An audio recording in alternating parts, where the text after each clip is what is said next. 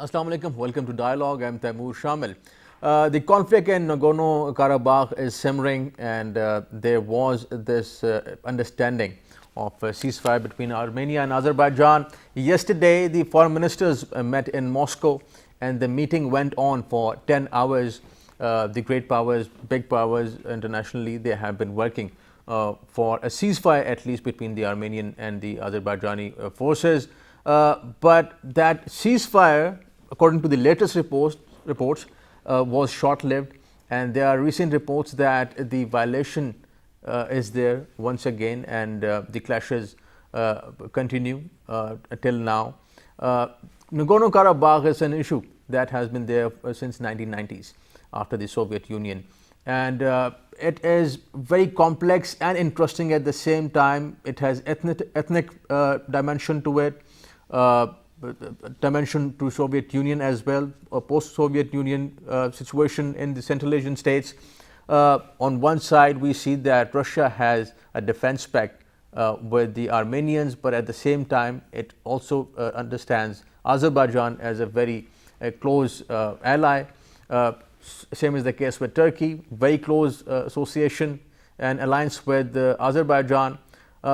So this situation of Azerbaijan is politically very important for not just Central Asia, but for the other countries in the region as well, Iran for that matter. And this is very close to Pakistan as well. Pakistan has very close relations with Azerbaijan, and Pakistan's official stance says, according to the Foreign Office, that Pakistan stands with the people of Azerbaijan, and Pakistan wants a ceasefire, an end to this dispute that is going on. Specifically the violence that is going on in Nagorno-Karabakh, and as I just mentioned, Azerbaijan, Pakistan stands with the people, a brotherly nation of Azerbaijan. Today we'll discuss about the dimension of Nagorno-Karabakh, this issue between Armenia and Azerbaijan, and the international and regional political dimensions to it, ethnic dimensions as well.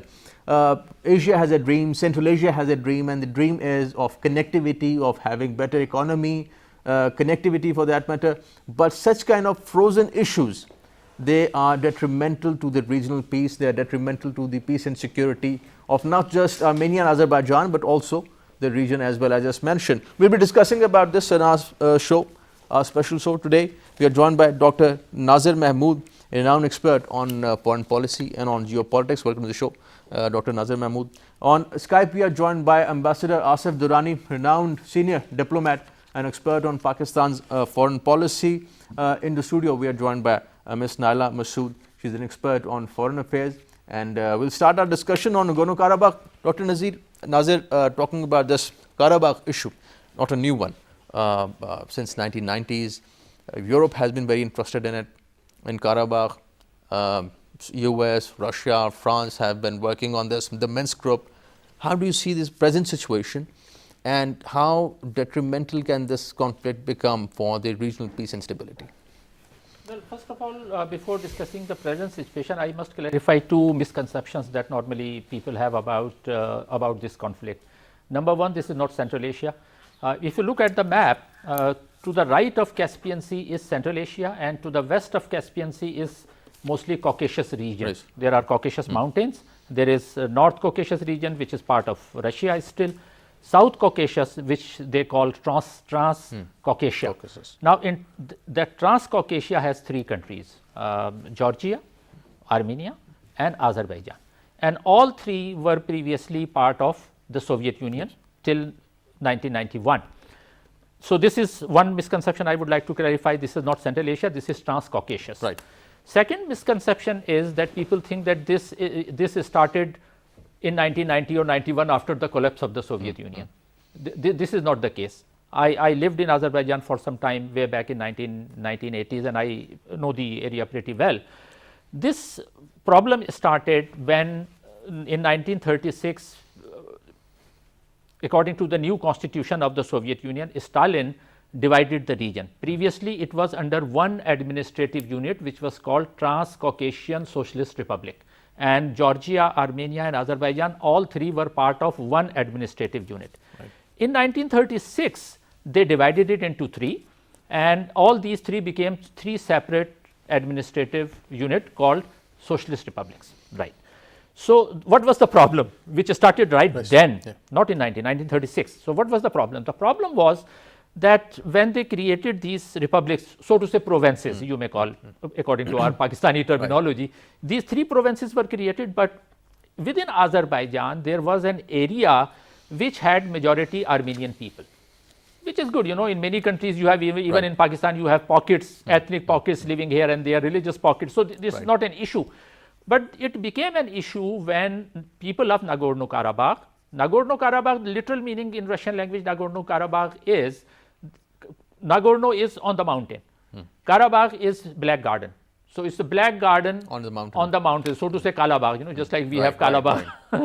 So, the problem started when Armenian people in Nagorno-Karabakh started demanding that it should be separated from Azerbaijan. Though it was within, surrounded by Azerbaijan, it was within Azerbaijan, but when they demanded it, of course, Azerbaijan on the basis of ethnicity? Purely on the basis, not only ethnicity, but religion also. Both play a role, because Azerbaijan, as we know, is majority Muslim. Azeri people are Muslims. Right, yes. Armenian people are Christians, and Christians also Eastern Orthodox Armenian Church. And mind you, Armenia was the first country in the world which became a Christian state. Even before Rome became, it became Christian, an official Christian state in 301 AD. And a lot of people even trace this conflict back to the Ottoman Empire. That since then this has been going on over there. Well, why Ottoman come in? Because this Transcaucasian region over the centuries has changed hands between Persians, Ottomans and Russians. So, previously in 19th century it was under the Qajar dynasty, Western Armenia was part of Ottoman Empire. So, in short, coming back to Nagorno-Karabakh, Nagorno-Karabakh has both ethnic and religious element, because they are not only ethnically Armenian, they speak a different language, Armenian language, they have a different religion also. So, when they started demanding this, right after 36, there were major protests also in 1960s also, but since it was one country controlled by the central government, Moscow did not allow it. So, this demand was suppressed, and rightly so. But when Gorbachev came to power in 1985, and he started his democratization process and glasnost, so to say, free expression. Yes. At that time in 1938, for the first time, major demonstrations were held in Nagorno-Karabakh. And in Armenia also, the Armenian parliament passed a resolution that Nagorno-Karabakh should be annexed with Armenia in 1988. And then after 1990 and 91, when Soviet Union collapsed, disintegrated, it flared up and Armenia attacked, and at that time Russian forces, so previously Soviet forces which were at that time became Russian forces, they helped Armenia. Azerbaijan at that time was not in a position to defend. So, what happened? Armenian forces, actually these were Russian forces which were helping Armenian forces, they crossed the border and they occupied not only Nagorno-Karabakh, but they also occupied surrounding area. If you look at the area, Nagorno-Karabakh is around 10% of the total Azerbaijani area. But what happened? Almost 30% of Azerbaijani area came under Armenian occupation in 1994. And for past 25 years, Azerbaijan is trying to regain that region. Right. So we are joined by Ms. Naila Mahsood, expert on foreign affairs. Ms. Naila, how do you see this issue? And is this a test for the Minsk group and the Russians, especially because this region is very important to Russia? And yesterday we saw the 10-hour meeting between the Azerbaijani and the Armenian officials. Although they agreed for a ceasefire, but the recent reports are that we see violation of that ceasefire as well. How do you see the situation, specifically for Russia? First of all, thank you so much for having me on the show. I would say that this particular incident, what separates it from the other incident is that it has a drastic ideological shift towards it. I mean, it's very uncommon for us to see a Shia Iran to not side with Ashia Azerbaijan, or to see Israel to not side with a Christian country but to side with a Muslim country, or with Russia and Turkey, they have been allies in major conflicts, for example Syrian conflict, Libyan conflict, and they have been trying to show their dominance around the globe by being allies. But in this particular conflict, they are on the opposing sides of the conflict. So it will definitely have major implications for the world and how the world leaders see ideological differences to be a part of the It's conflict. very interesting. Russia has its military bases In Armenia. but they haven't taken any aggressive stance on it. Yeah. By the way, and Turkey, for that matter, they have their relations with Azerbaijan. So Russia not taking any stance, rather working for some diplomatic outcome. How is that? Russia, as of now, they have been very neutral, but the time will tell how the events unfold, because as I have said, it has been an unprecedented conflict where you see all these groups that have been major allies of each other being on the or falling on the opposing sides of the conflict. Right. You know, for example, and it can also, and I would like to comment on what the sir has said, when the Armenian government, when they had asked this particular region to be a part of Armenia, or when there was civil unrest, so Russia had taken down that offer, because and you know, it's very natural, because it falls in line with the international law and the UN Security Council resolutions. Right. This area historically belongs to Azerbaijan under international law as well. So there is no point in Pakistan's stance on this particular issue is definitely very natural, because Azerbaijan has been a major supporter of Pakistan on Kashmir conflict. It has been a part of the OIC contact group since 1996, and Pakistan realizes that through international law it falls under the territory of Azerbaijan, and also it has its strategic alliance with Turkey, and Turkey is very actively participating in this conflict on the side of Azerbaijan, and because of their hostility and animosity, historical animosity with Armenia, and Pakistan does not really recognize that Armenian genocide had ever taken place.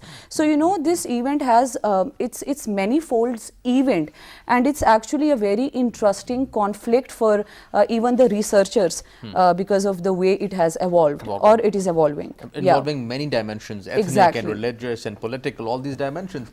Masjid Durrani, how do you see this Karabakh issue and specifically Turkey and Russia, the way they are involved in this Karabakh conflict? I think already in your introduction and the two worthy panelists have talked about the dispute itself. But as far as Russia and Turkish involvement on the issue is, it has a historic perspective, which also has been mentioned by Dr. Nazir. Turkey derives its legitimacy or locus standi in the past. But at the same time, there have been very serious tensions between Armenia and Turkey historically, and Armenia has been alleging genocide and putting the blame on Turks, which has been vociferously denied by Turkey. There's no doubt about it. But yes, there is one very serious issue which Turkey had historically when Ottoman Empire was demolished way back in early 20s. Armenians had a dubious role. They played in the breakup of Ottoman Empire while they were part of the Turkish suzerainty. So there's a historic baggage to that. And herein lies then Azerbaijan when they are involved. And you might know it that Security Council has 3 resolutions and allowing and accepting, recognizing Azerbaijan's suzerainty over Nagorno-Karabakh. There are 2 General Assembly resolutions endorsing Security Council's resolutions.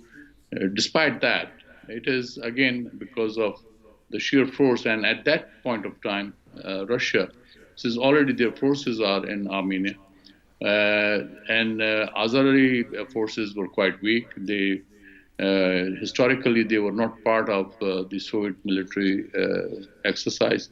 Like if you remember, Bosnia was at the receiving end because the Bosnians were not including in the former Yugoslavian armed forces. So militarily they were quite weak in the initial years when the breakup of Yugoslavia took place. Exactly same situation was faced by the Azerbaijanis, and that's why they were at the receiving end. And that is why that this Nagorno-Karabakh area, which is around 4,400 square kilometer, was captured by the Armenians, and that occupation still continues. Legitimately, legally, this region is Azerbaijan's, accepted by the UN Security Council and UN General Assembly. Yes, you want to say? Right, right. Mr. Nazir, the Minsk group, they have been trying to broker a deal between Azerbaijan and Armenia for a long time now, and they have been working on it. But the recent stance from the Azerbaijani side is that they think that this diplomacy hasn't worked out for them, and probably they would go for a military solution to this issue. There have been official statements. The president of Azerbaijan has been very straightforward about it, saying that we would now rather find a military solution to this issue. How important is ceasefire, but at the same time looking at the Azerbaijani mood, what is the future of this conflict? Well, in future, ideally this region, as Honorable Minister also said, this region is part of Azerbaijan, legally, constitutionally, and according to international law also, and even United Nations accepts that. This excuse that this area has Armenian majority does not stand, because as I said, that in many countries there are enclaves and exclaves. Not everybody can just claim because of their majority population. And what population we are talking about? At that time when this problem started, the population of Azerbaijan was just 200,000. And out of 200,000, 150,000 were Armenians, and around 50,000 were Azeris and Russians and Kurds. And then Armenian people, because they were in majority and they were supported by the Armenian army, they started killing Azerbaijani people. Right. And there was a famous massacre at Khojale. Khojale is a town within Nagorno-Karabakh where they killed hundreds of Azeri people at that time in 1992. Anyway, coming to present situation, coming to your question, what is the future of this?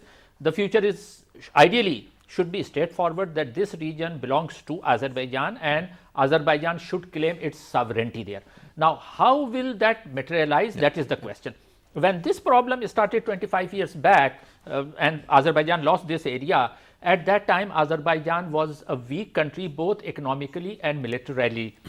Now, after 25 years, Azerbaijan has progressed a lot, thanks to their oil wealth also, and thanks to their overall stability.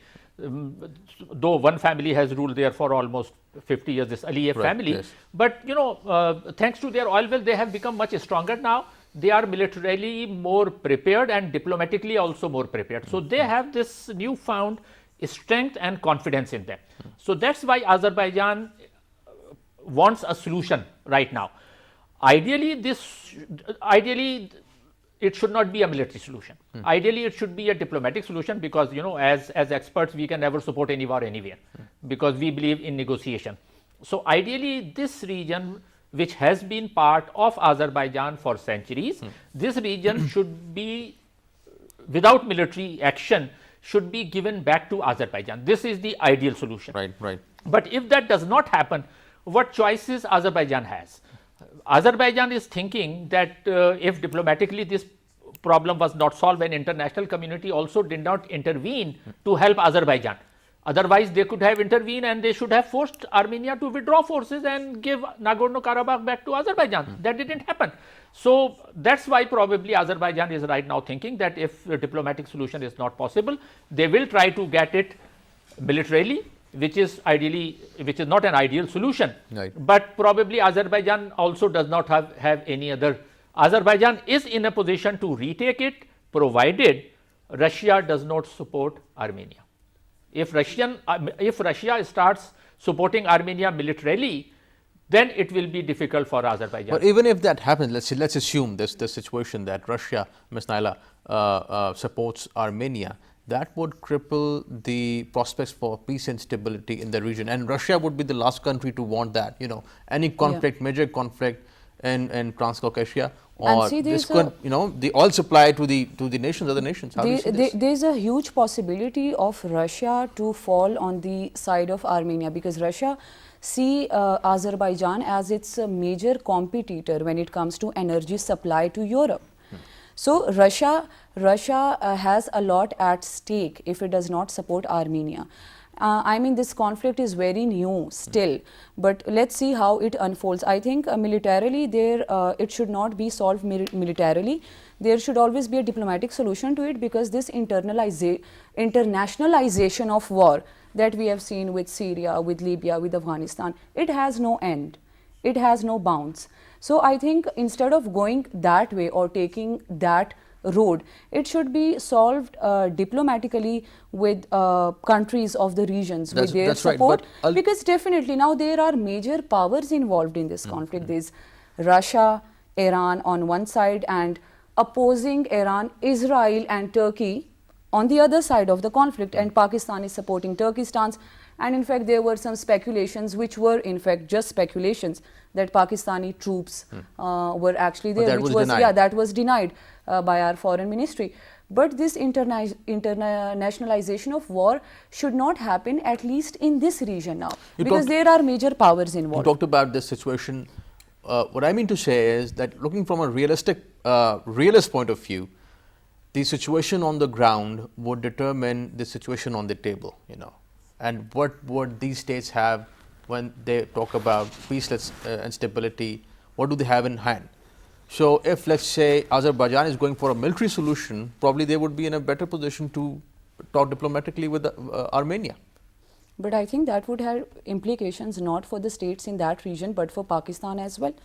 Because Pakistan is always, you know, it's between a rock and a hard place when it comes to Iran and Saudi, and balancing that out. So if you have this strong support for Azerbaijan and Turkey, and Azerbaijan uses force against Armenia, then obviously the supporters of the other side, you have to, you know, I mean, step up. Exactly, you have to step up, and you have to send your own troops, maybe. You have to do all of that. And that's not going to have any good impact on Pakistan's relationship with either Iran or Russia or any of the countries that are on the other side of the conflict, I mean on the Armenian side of the conflict. So I think this should be solved diplomatically.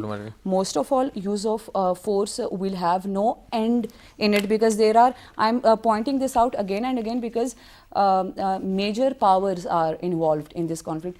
And one most interesting thing about this entire conflict is that most of the Western powers that say that this region has most of the Armenians, or the area consists of the Armenian population. By that standard, in Kashmir, Muslims make up the most of population. So that should be given to Pakistan, right? But we have not seen any presence of either the Western major countries or its allies in the Kashmir problem. Exactly. So I think it should be solved diplomatically, most of all. And Karabakh does not even share a border with Armenia. Yeah, so I think territorially also it makes no sense to give it to Armenia. Yeah. Right, right. And Ambassador Durrani, the role of the Minsk group, how do you see that? Diplomacy, the way diplomacy has been played in this conflict, because there is this prevailing sentiment in Azerbaijan probably that this diplomacy hasn't worked out for them, and probably they are looking for other means. How do you see this? I agree. So far, the Minsk group has maintained the status quo, and this status quo has not resolved the problem, and it has in fact increased Azerbaijani frustration on the issue. Major reason, I mean, this flare-up, recent flare-up, actually is because of the frustration. And the previous rounds of talks, which are now or more than 20 rounds which have taken place since 96 onwards. So the result has been quite frustrating. And earlier it was mostly Russian, in fact, influence that, in fact, you can say, did not allow progress to be made. But of late, I think Russian stance has is heading towards neutrality. Not fully, but they have not been critical of the evolving situation so much, or they have not been actually siding with Armenia, which in fact some of the Armenian leadership have also expressed their concern over Russian attitude. So somehow it is evolving. But let us hope that Turkey and Russia also come up to some kind of arrangement whereby they would control their own, instincts as well as capabilities, not to involve themselves there. There was a mention of Iran and all that. I think Iran, to the extent of supporting diplomatically, that is true. One reason that has been mentioned about that Azerbaijan is a Shia and so are Iranians, but there's a difference.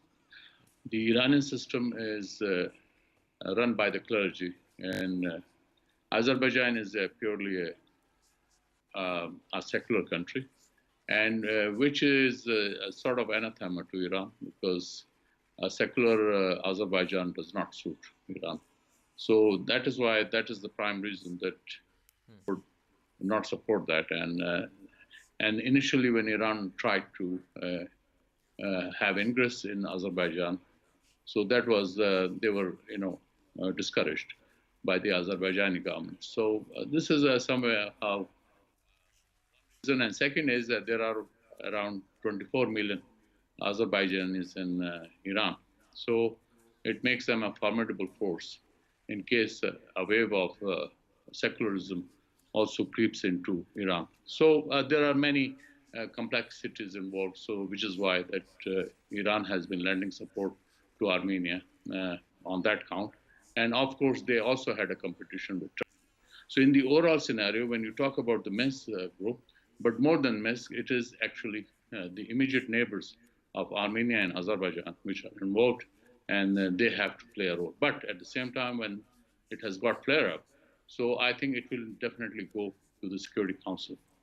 Subject to neutrality by the P5, that they would not veto the resolution or whatever a solution is there.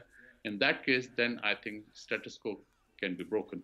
And hopefully some kind of a modus vivendi would be evolved, whereby the parties concerned here, in this case, Azerbaijan and Armenia, they would be, at least as an interim, they will be encouraged to open their negotiations once again. And as regards 125,000 population of Nagorno-Karabakh, which is overwhelmingly Armenian, that is concerned, some kind of a guarantees could be given, which has been talked about in the media, about the guarantees or assurances for their right to Azerbaijan. So there are many proposals which are on the table. Hopefully, this would prevail, and the parties would, in fact, come to the negotiating table and come up with a solution. Yes, Demi. Right. We'll take a break, and after the break, we are going to continue our discussion on the Karabakh issue. At the moment, the reports are that many people in the region they fear that mercenaries from other parts of the world, especially from Middle East, might be coming to Karabakh and the surrounding areas, and there is fear that that element might also play out in this conflict between Azerbaijan and Karabakh and Armenia. We'll be discussing about this point after this break. Stay with us.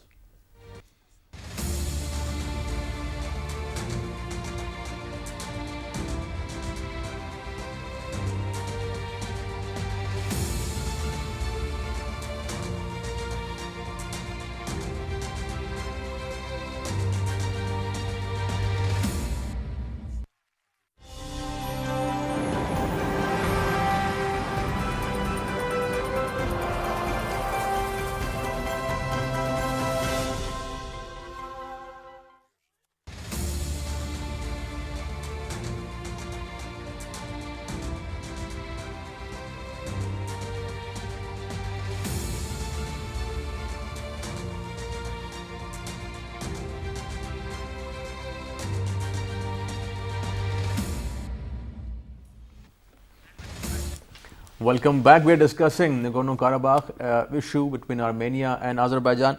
Dr. Nazir, mercenaries is a big concern for Russia, for Azerbaijan and Armenia. How do you see this element playing its role in this conflict? I think this is highly exaggerated. Exaggerated? Yes, I think this is highly exaggerated because I think that this is a big rumor which is being spread to malign Azerbaijan. Why? Because Azerbaijan itself is militarily strong at the moment. They have trained their army and essentially they do not need mercenaries from outside. This is number one. So if that is the case, why this rumor is being spread or why this is being blown out of proportion? I think Iran has a lot to do in this game. Right. Why? Because this is not simply Iran's some ill will against Azerbaijan, it has historical background. And what historical background is that the whole of Azerbaijan, as I said earlier, in 19th century, the whole of Azerbaijan was part of Iran. And in 19th century, Russia forcibly expelled Persians and occupied northern Azerbaijan. So there was an agreement that southern Azerbaijan, where famous cities like Tabriz is in Iranian Azerbaijan. So Iranian Azerbaijan is now in, they think that the remaining Azerbaijan was also once part of it, and Azerbaijan as an independent country is not liked by Iran. Why? Because as the ambassador also said, that it is a secular and permissive society. And there is, travel also across the border. And when Iranian Azerbaijani people see Azerbaijan as an independent country progressing and moving forward, they go there and they find they are not suffocated there, unlike Iran. They can breathe there. So when they go to Azerbaijan and they see that this country is progressing, this is more permissive, they can do whatever they like. So Iran fears that in their Azerbaijan also there may be, and there is some feeling that Iranian Azerbaijani people want to align with Azerbaijan, independent country. Right. So this is not liked by Iran. So that is one major reason why Iran does not favor Azerbaijan in that. That's why Iran is favoring Armenia. And underhand, I think that Iran's wish is that Azerbaijan does not get that region which is occupied by Armenia illegally and unconstitutionally. This region, I think Iran thinks that status quo should prevail. If status quo prevails, this is not an ideal solution for anyone.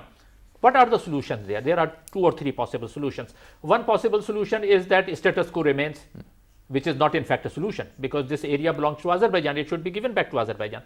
Second solution is, you mean status quo, you mean the way the conflict is at the moment? At the moment, which means at the moment it is that Nagorno-Karabakh and surrounded areas were occupied by Armenia. Right. So if that continues, this is not good. This is not a solution. Right. Just like in Kashmir. Kashmir is occupied by India.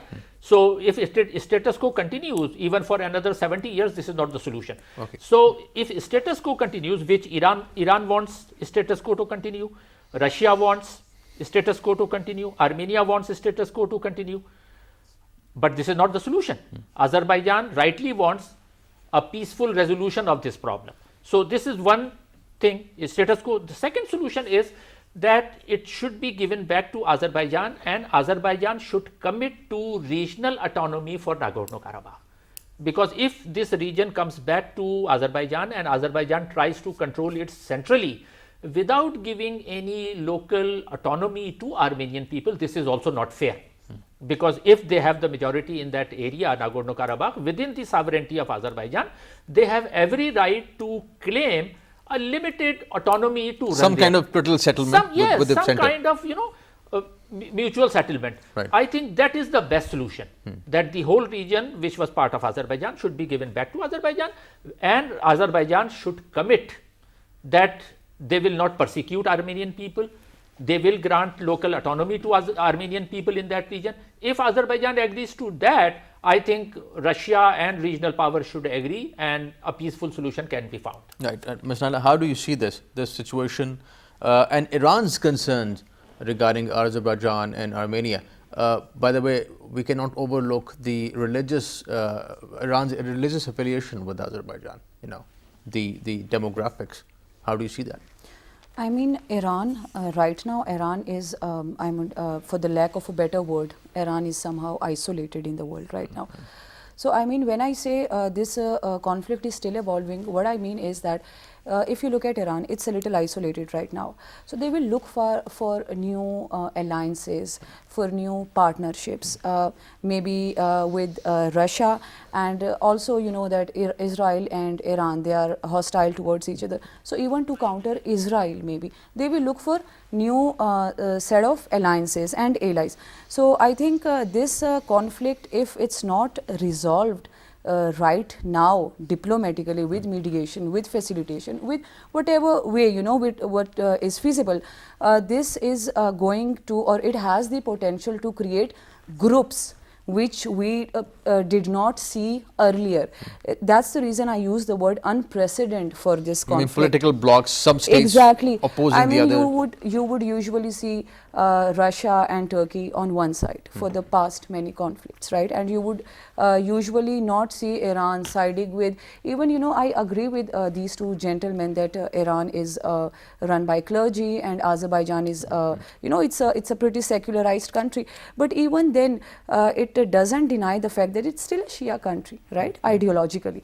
But I think this is a perfect case for rethinking the ideological, the political, I would say, impact it can have, because it has had a huge and a drastic difference, right, to it, because we have not seen anything of this kind in the past. So I think that this should be solved diplomatically. Otherwise, you know, the major powers, they can look for blocks, or they can look for alliances which they lack at the moment. Right. Mr. Durrani, there was this meeting between the Azerbaijani and Armenian foreign ministers and officials, lasted for about 10 hours, and we were expecting that the ceasefire would continue and there would be ceasefire, but the recent reports are that there is violation of ceasefire and both sides are accusing each other of violating the ceasefire. How do you see the future, and what do you see was the outcome of this 10-hour meeting in Moscow? Well, the situation remains complex. That's why, despite 10 hours, they could not come up with even a modicum of a ceasefire or a solution. So they couldn't. So it failed. By and large, it failed. And it requires more aggressive diplomacy on the part of friends of Azerbaijan as well as Armenia to play their role and nudge both the countries to come up with a viable solution. But in this case, I think more counseling has to be done with Armenia, because it is an occupying force. And despite the fact that, you will be amazed that Azerbaijan, with its per capita income and then its human resource of almost 10 million, and versus 3 million Armenian and very less resources, still an occupying force. Reason was that militarily Armenia has been part of the Soviet army. So they have displayed their military prowess against Azerbaijan. So this is a sheer case of you can say power play, and they have tried to hijack the situation to their advantage because militarily they were strong. So there's a strong need that Armenia should be convinced that whatever they have done is illegal. And this illegality is going to stay, despite the fact that they want to maintain the status quo. They may, spend another 25 years, like it is being spent. They have already spent. Their stay is going to remain in occupation, despite the fact that 7 decades have passed. So there's a need for the greater powers, whether it is Minsk Group or whether it is, you can say, at the Security Council level. This is an issue which is resolvable. This is an issue where the big powers need not to play a big role. Russia is not a competitor, or Azerbaijan is not a competitor to Russian energy resources and all that, because Russia has far, far, far greater energy reserves, both in oil and gas, as compared to Azerbaijan, which only relies on Caspian Sea oil resources. So Azerbaijan is just a pittance as compared to Russian oil reserves are concerned. So Russia should also realize that it is actually enhancing tensions more in the region, and it will also enhance more burden on Russia if they want to continue with this kind of a liability by, in a way, supporting proxily to Armenia. Yes. Right, right. Ambassador Durrani, thank you for joining us. Thank you for your time. Dr. Nazir, thank you for joining us. Pleasure having you on the show. Ms. Naila, pleasure having you on the show. Thank you for joining us. Thank you for your time. That's all from today's dialogue. See you next time. Khuda Hafiz.